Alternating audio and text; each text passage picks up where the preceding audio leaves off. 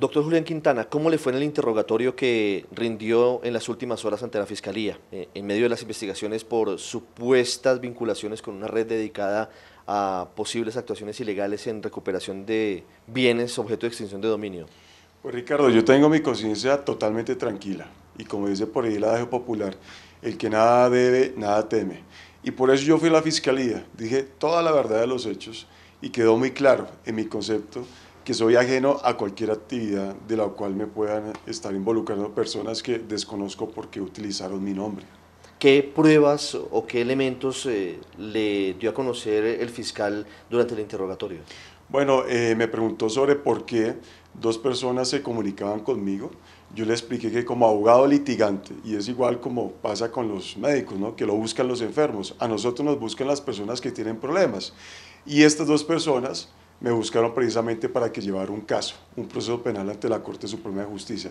Y esa fue la explicación que le di a la Fiscalía General de la Nación. Quiero preguntarle cuál fue su relación con Carlos Mendoza Fortich. Hay una grabación donde usted está hablando con él. ¿De dónde lo conoce y cuál es esa relación? Primero que todo, no existe ninguna relación, solamente fue una comunicación en un ámbito laboral. Cliente, abogado, litigante. Yo lo conocí en el año 2017, en mayo, cuando me buscó precisamente para que lo representara en un proceso que tenía en la Fiscalía. Y después de un año me llama para que asuma el proceso de Ñoño Elías y argumenta que su hermano es muy amigo de Ñoño Elías y que tiene la intención que la oficina del doctor Montealegre, Perdomo y Quintana asumieran esa representación ante la Corte Suprema de Justicia, aclarando que yo no tengo ningún negocio contractual, es decir, en litigio ni con el doctor Perdomo ni Montealegre, son oficinas totalmente diferentes, pero por solicitud de estos clientes estábamos tratando de pasar una propuesta para representar a Ñoño Elías en el proceso ante la Corte. ¿Por qué lo buscó en 2017? ¿Qué le dijo en ese momento Mendoza Fortich? Que tenía algunos procesos ante la Fiscalía y que estaba buscando un abogado que lo representara. Además, pues me hizo también muchas consultas jurídicas, mucha información. Le pasé una propuesta de honorarios y no la aceptó y por eso no volvimos a tener más comunicación. Aparece un año después para decirle que pueden eventualmente necesitar ayuda para el Ñoño Elías. Así es, y eso es tan cierto que incluso yo mismo me entrevisto con Ñoño Elías en la cárcel de La Picota y él manifiesta personalmente su deseo de que este grupo jurídico, que a pesar de que somos independientes, asuma su defensa ante la Corte Suprema de Justicia. No hay nada que esconder. Yo creo que se están revolviendo muchas cosas y tal vez algunas conjeturas malintencionadas es lo que de pronto crea un ambiente un poco sospechoso frente a esta conversación, pero no hay nada ilegal, no hay nada oscuro, simplemente relación entre un cliente y un abogado penalista litigante. Hay otra conversación en donde hablan Carlos y su hermano, los Mendoza Fortich, donde dicen que lo deben buscar a usted para una entrega de una plata y para una asesoría. ¿De qué se trata? ¿A qué se refieren ellos? Bueno, primero que todo lo del dinero, eso no es cierto, solamente es unas referencias con respecto a mi nombre. Yo no puedo mentir en la opinión pública. Es una mentira si digo que me buscaron para llevar el caso de Otto Bula, jamás me lo mencionaron. Lo que sí puedo decir es que sí me hacían muchas consultas jurídicas, de eso sí me acuerdo, a pesar de que pasó hace un año. Y lo hacen todos los clientes, Ricardo. Todos los días atendemos clientes donde nos preguntan por el caso de él, por el caso de su amigo, por el caso de su abuela, por los casos de todo el mundo. Y uno realmente se vuelve a veces un consultorio jurídico. Pero yo no puedo mentirle la opinión pública, pero lo que sí les puedo decir es que recuerdo que me hacían muchas consultas jurídicas al respecto. ¿Tuvo alguna relación usted con Otto Bula? ¿Le llevó algún caso a Otto Bula? Ningún caso le he llevado a Otto Bula. ¿Por qué Otto Bula dice que usted lo visitó en la cárcel? Mire, el episodio de Otto Bula fue que en el año 2017, yo, con ocasión a la defensa que tenía con el senador Musa, cuando estaba visitándolo y preparando la defensa ante la Corte, el señor Otto Bula nos buscaba muchas veces en la celda del senador y a veces hablaba. Y en esas visitas me propuso que llevara su proceso, ante lo cual yo le dije rotundamente que no le llevaba su proceso penal. Y de eso, pues hay mucha gente que es testigo. Por eso me extraña mucho esas declaraciones, porque realmente no es cierto. La única relación que tuve con Otto fue ese día en esa reunión, donde yo le dije que no llevaba su proceso. ¿Usted ha pedido plata para favorecer a Otto Bula o a otras personas con gestiones como preacuerdos o ante la unidad de extinción de dominio? Voy a ser enfático, Ricardo. contundente, jamás en la vida he pedido un peso para hacer cosas ilegales, jamás. Y en 17 años, como director del CTI, investigador fiscal y como litigante, no lo haría, porque yo soy un hombre transparente, honesto, que me he hecho a pulso, he salido desde muy abajo, tuve un cargo muy pequeñito en la fiscalía y así me hice y me formé, y no haría eso.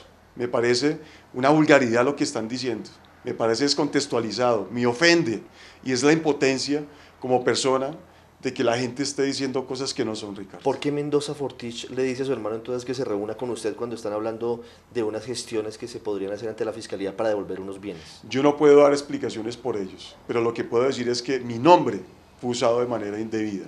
Si es así, yo nunca autoricé a ninguna persona para que a nombre mío buscaran un proceso o una asesoría. Eso es totalmente falso. Por eso el desconcierto cuando sale todos estos medios de comunicación, y hombre, inmediatamente soy crucificado por los medios, por la sociedad, sin siquiera haberme escuchado. Por eso yo quiero pedir un alto en el camino en la sociedad colombiana y que, hombre, ponderen una cosa, y es que una persona que le ha servido tanto al país, sacando casos tan importantes como el Bronx, desmantelamiento de estructuras criminales, como ahora, por el testimonio de un par de personas, vayan a dudar de mi reputación y de mi transparencia. Me parece que eso no es justo. ¿Cómo ve que coincidan lo que dice Otto Bula y lo que dicen los Mendoza Fortich sobre su nombre? Bueno, eso yo no lo puedo explicar porque es una conversación entre ellos. Yo no estuve allí, pero sí son menciones, y lo que puedo decir con contundencia y con claridad, que jamás autoricé a ninguna persona para que en nombre mío fuera a pedir un proceso. Jamás lo hice. ¿Cuál es su relación con el caso Supercundi, doctor Quintana? Bueno, en el caso Supercundi, que también hay que hacer una gran aclaración, en el mes de abril del 2018, un señor que se llama Fernando Vázquez me busca y me dice que un amigo de él necesita un servicio profesional para poder entrar a la Justicia Especial para la Paz. Entonces me dice que se trata del señor Alirio Mora Urrea. Él programa una cita, vamos a su apartamento y el señor Alirio me solicita. Y allí está de testigo Fernando, que estuvo toda la reunión. Yo al señor Alirio no lo conozco, no tengo su teléfono, no sabía dónde vivía, no conozco su caso. Y en esa reunión estuvimos los tres, y también estuvo la mamá del señor Mora, que estuvo por allí cerca atendiéndonos. Y el señor Mora entonces me dijo que había sido objeto de secuestro por las FARC y que él quería que la JEP lo reconociera como víctima, porque le parecía una injusticia que por un lado lo estuvieran acusando cuando la misma guerrilla fue lo que lo secuestró. Así que yo le dije que me parecía posible que acreditáramos esa condición ante la JEP, y le hice una propuesta por escrito. La tengo en mi documentación, la tengo en mi correo electrónico, propuesta que dice taxativamente, sin margen de error, que la representación es para la JEP. Está allí, dice: señor Mororea, según la reunión personal que hemos tenido, y usted ha mencionado que quiere que sea postulado para la JEP por el secuestro que fue víctima por parte de las FARC, y le pasé mi propuesta de honorarios. Se la pasé, el señor Fernando se la socializó, y me dice el señor Fernando tiempo después que le parece una propuesta un poco costosa y que van a buscar otro abogado.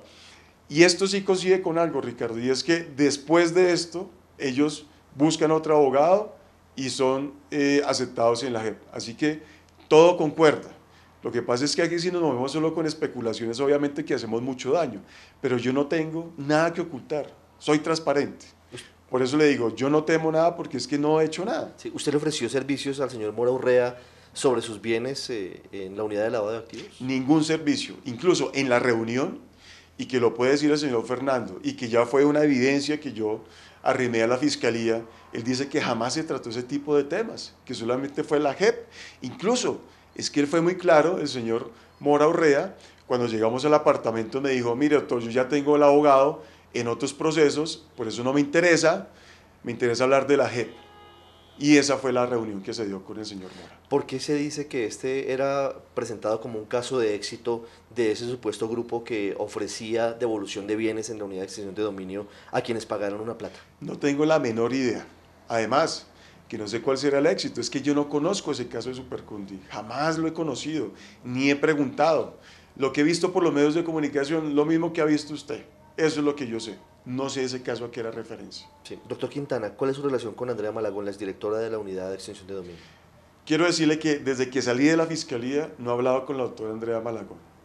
Teníamos una relación de director nacional del CTI con directora de extinción de dominio, sumándole una cosa, y es que mi policía judicial no hacía parte de la Policía Judicial de Acción de Extinción de Dominio, es decir, eran independientes, ella tenía una policía judicial totalmente autónoma. Y cuando yo salgo de la Fiscalía como director del CTI, hasta el día de hoy, Ricardo, no he vuelto a hablar con la doctora Malagón.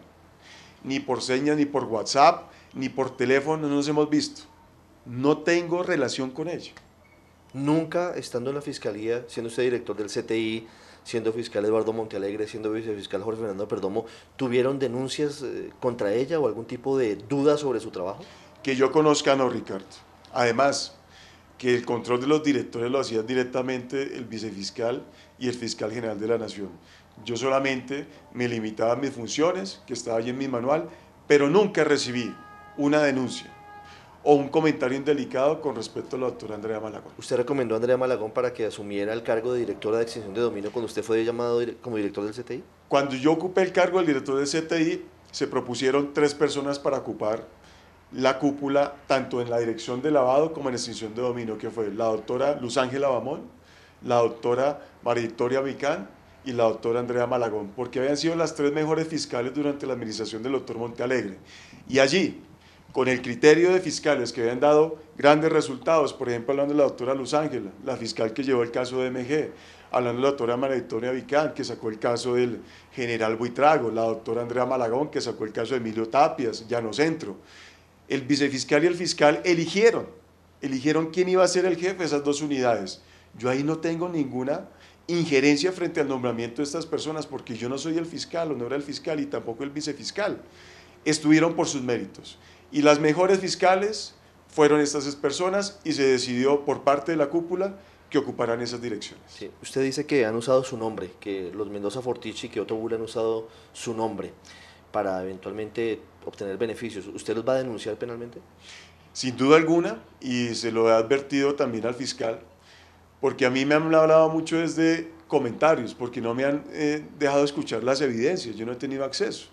Entonces, en caso tal, independientemente, Ricardo, de la persona que sea, si utilizó mi nombre de manera indebida, inmediatamente coloco la denuncia penal. En eso yo no voy a vacilar.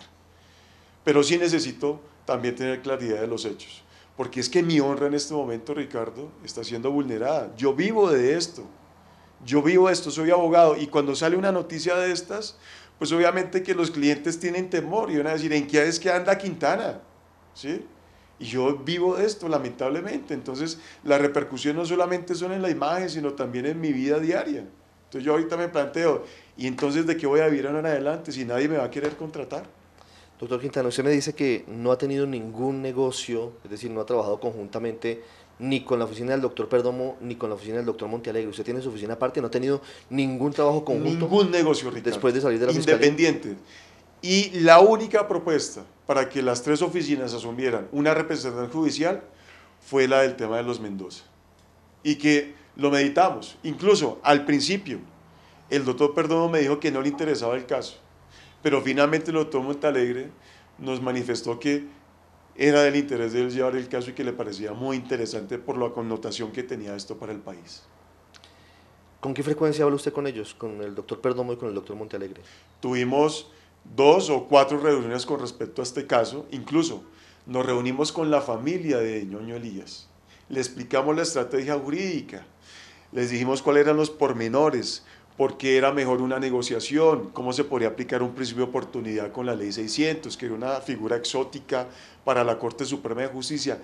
Todos esos pormenores se los dimos a la familia y estuvieron de acuerdo en la estrategia. Incluso el mismo Ñoño Elías de mi boca escuchó la misma estrategia.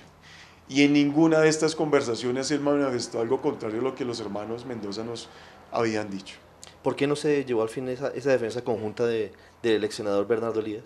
Finalmente no existió un acuerdo sobre los honorarios. Bernardo quería que lo representáramos, pero no se llegó a la concreción de los honorarios. Sí.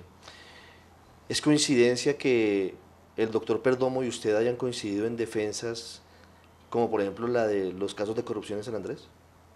Sin duda alguna. Lo que pasa es que cuando uno es abogado, podemos decirlo así, reconocido públicamente, en la mayoría de casos que son importantes para el país, siempre lo buscan a uno. A mí me han buscado para casi todos los casos que han generado escándalo en Colombia. Aquí hay una gran diferencia, porque en estos casos, si sí es cierto que hay una conexión, realmente no es tan nítida esa conexión. ¿A qué me refiero?